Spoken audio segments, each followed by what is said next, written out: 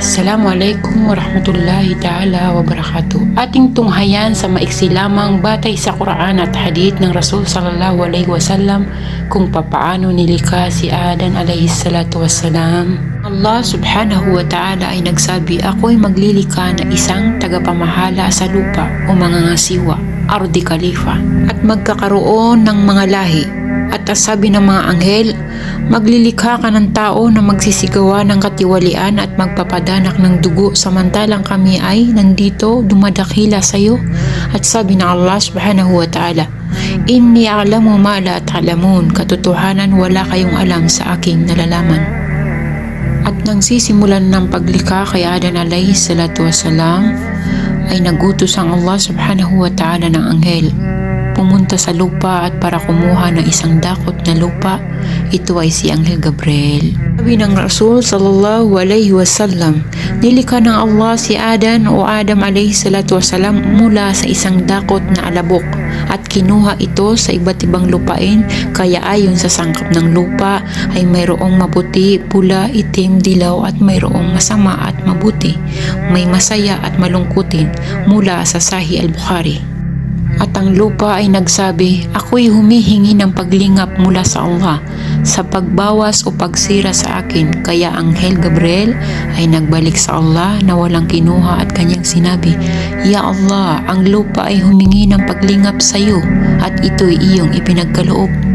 At inutusan naman ulit ang anghel na si Anghel Mikael na pumunta sa lupa. Magkagayon, gayon din ang kanyang sinabi at bumalik sa Allah at kanyang sinabi, Ya Allah, ang lupa ay humingi sa iyo ng paglingap at ito'y iyong ipinagkaloob. At ng pangatlo, inutusan si Anghel Malakul Maut, anghel ng kamatayan, at siya ng anghel ay humingi ng paglingap sa Allah. Kaya siya ay kumuha ng hindi lang sa isang lupain o puok.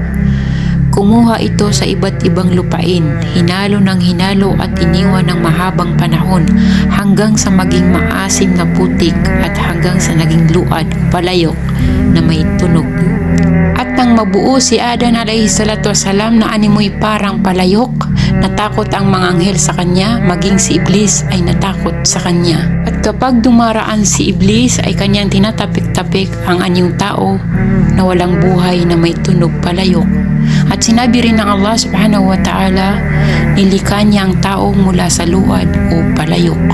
Nang malapit ng hipan ng Allah subhanahu wa ta'ala si Adan ng likhang espiritu, kanya nang sinabi sa mga anghel, kapag hinipan ko ang aking likhang espiritu kay Adan, magtira pa kayo sa kanya. At nang umabot na sa ulo ni Adan alayhi salatu wasalam ang espiritu, siya ay bumahin at nagsabi ng Alhamdulillah.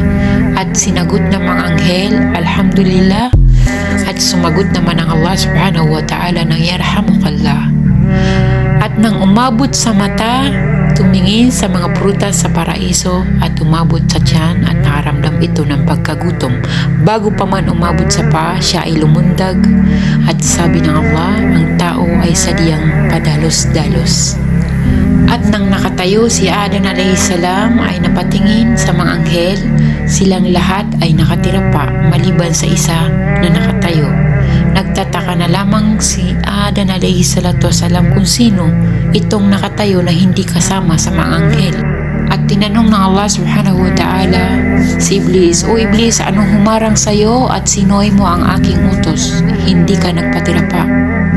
At kanyang tinugon na may pagmamataas, sapagkat ako'y iyong nilikha galing sa apoy at siya'y galing sa alabok. At sinagot siya ng Allah subhanahu wa ta'ala, O Iblis, ikaw ay lumabas sa paraiso sapagkat walang lugar sa paraiso ang mapagmataas o mapagmalaki. Si Iblis ay punong-puno ng baluktot na katuwiran. At dahil sa ipinakita ni Iblis na pagtanto ni Adan alayhi salatu wassalam na si Iblis ay isang likhang naglalarawan ng isang taksil at tanda ng kawalan ng pasasalamat o pagkasapat, na patunayan ni Adan alayhi salatu wassalam na si Iblis ay walang hanggang kaaway. Saan ba nagmula ang ganong katuwiran ni Iblis na siya ay nakakahigit kaysa sa lupa? Samantala ang Allah lang ang siyang nakakaalam kung sino ang mas nakakahigit sa kanyang mga nilikha.